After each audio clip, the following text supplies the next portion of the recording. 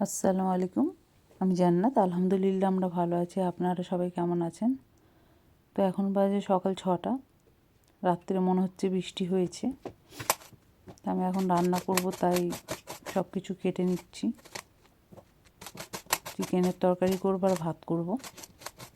প্রথমে পেঁয়াজগুলো কেটে নিচ্ছি, আদা রসুন আর পেঁয়াজ। আমার মনে হয় ফ্রেশ ভাবে আদা রসুন বেটে রান্না করলে ভালো লাগে আমার কাছে, তাই আমি এটা করি বা চেষ্টা করি।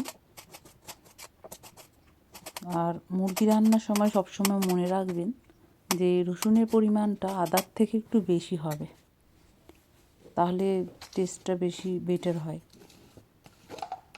তো আমি এগুলোকে হালকা করে পিষে নেব, যেহেতু অনেক সকাল, তাই আমি এগুলোকে হামানদিস্তায় থেতো করবো না, অন্যের ঘুমের ডিস্টার্ব হবে। এটাকে আমি মিক্সিতে প্রথমে আদাটাকে পিষে নেব, তারপর রসুনটাকে হালকাভাবে পিষবো, একটু দানা দানা থাকবে সেরকমভাবে। এর মধ্যে কাঁচা লঙ্কা দিয়ে দিয়েছি আমি কিছুটা, আর রেগুলারের রান্না তো, তাই কাঁচা লঙ্কাটা ইউজ করব। প্রতিদিন খাওয়ার জন্য যত সাধারণ হালকা মশলা আর ফ্রেশ জিনিসপত্র ইউজ করা যায়, ততই আমার মনে হয় ভালো, শরীরের জন্য ভালো, আর টেস্টও খুব ভালো হয়। তো এবার আমি রসুনগুলো দিয়ে হালকাভাবে জাস্ট বেটে নেবো, দানা দানাই থাকবে রসুনগুলো অনেকটা পরিমাণে। এখানে কড়াই বসিয়ে আমি কড়াইটাকে ভালো করে গরম করে নিচ্ছি। তারপর এর মধ্যে অ্যাড করলাম তেল। আমি তেলও খুব বেশি পরিমাণে ইউজ করি না, যতটা পারি যেরকম লাগবে সেরকম ইউজ করি। এর মধ্যে একটু হালকাভাবে এলাচ আর লবঙ্গ ফোড়ন দিয়েছি। তারপর পেঁয়াজগুলো দিয়ে আমি ভেজে নেবো তেলের মধ্যে। আর খুব ঠান্ডা লাগছিল, আর বৃষ্টি হলে তো ঠান্ডাটা বেশ বেড়ে যায়। প্রায় 2-3 দিন থেকে রোদই ওঠেনি, সবসময় মেঘলা, না হয় বৃষ্টি। আয়ারল্যান্ডের ওয়েদারটা এরকমই, সব কিছু ভালো, শুধু ওয়েদারটাই খারাপ। যে কোনো জায়গায় থাকলে কিছু ভালো কিছু খারাপ থাকবে, তাও আলহামদুলিল্লাহ খুবই ভালো আছি আমরা। আয়ারল্যান্ডের নেচার খুব সুন্দর। তো পেঁয়াজগুলো আমি সুন্দরভাবে ভেজে নিচ্ছি। পেঁয়াজগুলো ভাজা ভাজা হয়ে গেলে এর মধ্যে আমি অ্যাড করব আদা রসুনের পেস্ট। শুধু আদা রসুন না, এখানে আদা রসুনের সাথে কাঁচা লঙ্কাও অ্যাড আছে। কলকাতাতেও আমরা রান্না করি। তো কলকাতায় কি হয়, এই সময়টা বর্ষার সময়, গরম। তো আমার মনে পড়ছিল এই সময় আমরা ইলিশ মাছ,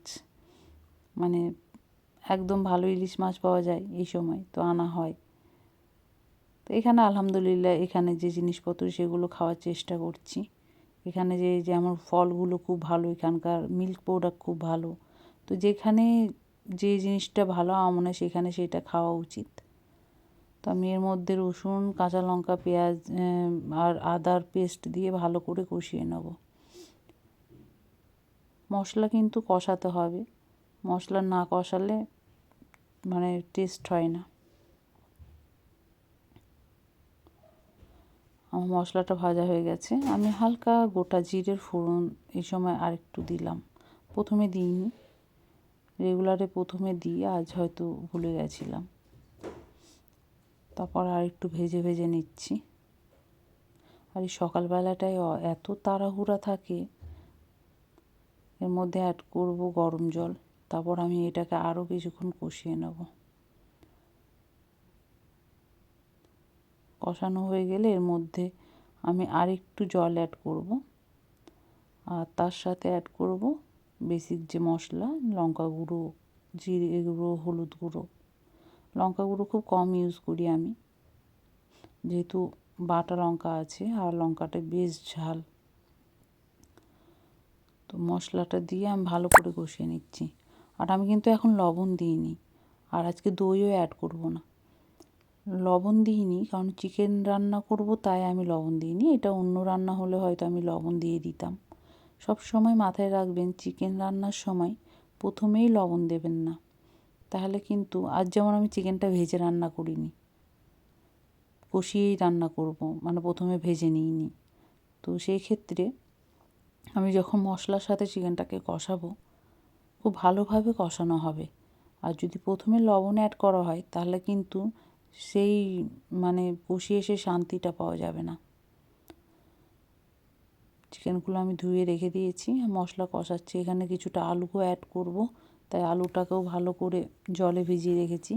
এই যে আদাটাই গাছ হয়েছে, এটা আমার লাগানোর ইচ্ছা, কিন্তু আমি মাটি পাচ্ছি না। মানে মাটি যেগুলোই সব বস্তা বস্তা, 12 কেজি বা 15 কেজি 20 কেজি এরকম। আর আমরা যেহেতু শহরের মধ্যেই থাকি, আমরা তো বাজার করে নিয়ে আসি, মানে একটা ট্রলি ব্যাগের মতো আছে, কার্ট ব্যাগ, ওটাতে করে, ট্যাক্সি ভাড়া করে আসি না। তাই ও মাটির বস্তাটাও আমার আনা হচ্ছে না, একদিন ট্যাক্সি ভাড়া করেই আনতে হবে। মশলা আমার কষানো চলছে। মশলাটা অনেক ধৈর্য নিয়ে কষাতে হয়, হালকা আঁচ, মিডিয়াম আঁচ, মানে ফ্লেমটাও ডিপেন্ড করে। মশলাটাকে আমি কষিয়ে নেব, তারপর আমি মাংসগুলো অ্যাড করব। এই যে আমার প্রায় কষে এসছে মশলাটা, মাংসটা এর মধ্যে এবার আমি অ্যাড করে দেবো, কারণ মাংসটা দিয়ে অনেকটা কষাতে হবে আমাকে। আর গ্যাসের ফ্লেমটা মিডিয়াম টু লো করে দেবো। যেহেতু এই সবে মাংসটা দিয়েছি, এখন হাইয়ে রাখতে হবে কিছুক্ষণ, 2-3 মিনিট। তারপর আমি লো টু মিডিয়াম করব। আর এখানকার মুরগিগুলোও না ভীষণ ফ্রেশ আর নরম হয়, গলতে বেশি সময় লাগে না। ভালো করে কষিয়ে নিচ্ছি 2-3 মিনিট ধরে। কষানো হয়ে গেলে আমি ফ্লেম কমিয়ে ঢেকে দেবো। এখন প্রায় 5-10 মিনিটের জন্য আমি এটাকে ঢেকে রেখে দেবো। তার ফাঁকে কিছু কাজ করে নিই, জলের বোতলগুলো ধুয়ে নেব। আমাদের সব হাউসওয়াইফদের কিছু রুটিন থাকে যেগুলো আমাদেরকে করে নিতে হয়। তো ধুয়ে, ভালো করে ধুয়ে আমি এগুলো একটু শুকিয়ে নেব। 2-3 ঘন্টা শুকানোর পরে ওগুলোতে আবার জল ভরে নেব। তো এই যে এখানে মাংসটা আমার প্রায় কষে এসছে, লো ফ্লেমে হচ্ছে এটা এখন। এই সময় আমি অ্যাড করব আলুগুলো। আলুগুলো বেশ মোটা আকারেই দিয়েছি, তা আলুগুলো দিয়ে আমি আবার একটু ঢেকে দিলাম। তার ফাঁকে একটু কাল যেহেতু আমার রাত্রে শরীরটা বেশ খারাপ ছিল, আমি টিফিন বক্সটা ধুয়ে রাখতে পারিনি, আমি শুয়ে গেছিলাম। তাও সামনে থাকলে হয়তো ধুয়ে নিতাম ব্যাগ। একদিকে চা বসিয়ে দিয়েছি, যেহেতু সে অফিসেও বের হবে, আর একদিকে চিকেনটা রান্না হচ্ছে। এবার আমি লবণটা অ্যাড করলাম, লবণ অ্যাড করে আবার ঢেকে দিলাম। আর এদিকে চাটা ফুটছে, আমি একটু করে নেড়ে দিচ্ছি, মানে ধরে ধরে। চাটা যত ফুটবে তত টেস্ট হবে আর সুন্দর একটা গন্ধ বেরোবে। আর ওইদিকে চিকেনটাও প্রায় হয়ে গেছে। এই সময় আমি আরেকটু কষিয়ে নেব আলুটা দিয়ে, ভালো করে একটু কষিয়ে তারপর লাস্টের দিকে আমি আবার একটু গরম জল অ্যাড করব। আর এইদিকে এই যে চাটাও প্রায় হয়ে এসছে, শুধু ওই গন্ধটার জন্য অপেক্ষা করছি, যে চায়ের একটা গন্ধ। এবার আমি গরম জল অ্যাড করে এটাকে ঢেকে দিলাম। আর এই যে তেল তেল ভেসে উঠছে, মানে চিকেনটা আমার প্রায় রান্না হয়ে গেছে। চিকেন রান্নার সময় দেখবেন যখন উপরে তেল তেল ভেসে উঠবে, তখন বুঝবেন যে রান্নাটা আপনার প্রায় ডান। আর একটা খুব সুন্দর গন্ধও বেরোয় রান্না হয়ে গেলে। আর এই যে টিফিনটা আমি গুছিয়ে দিয়েছি মোটামুটি।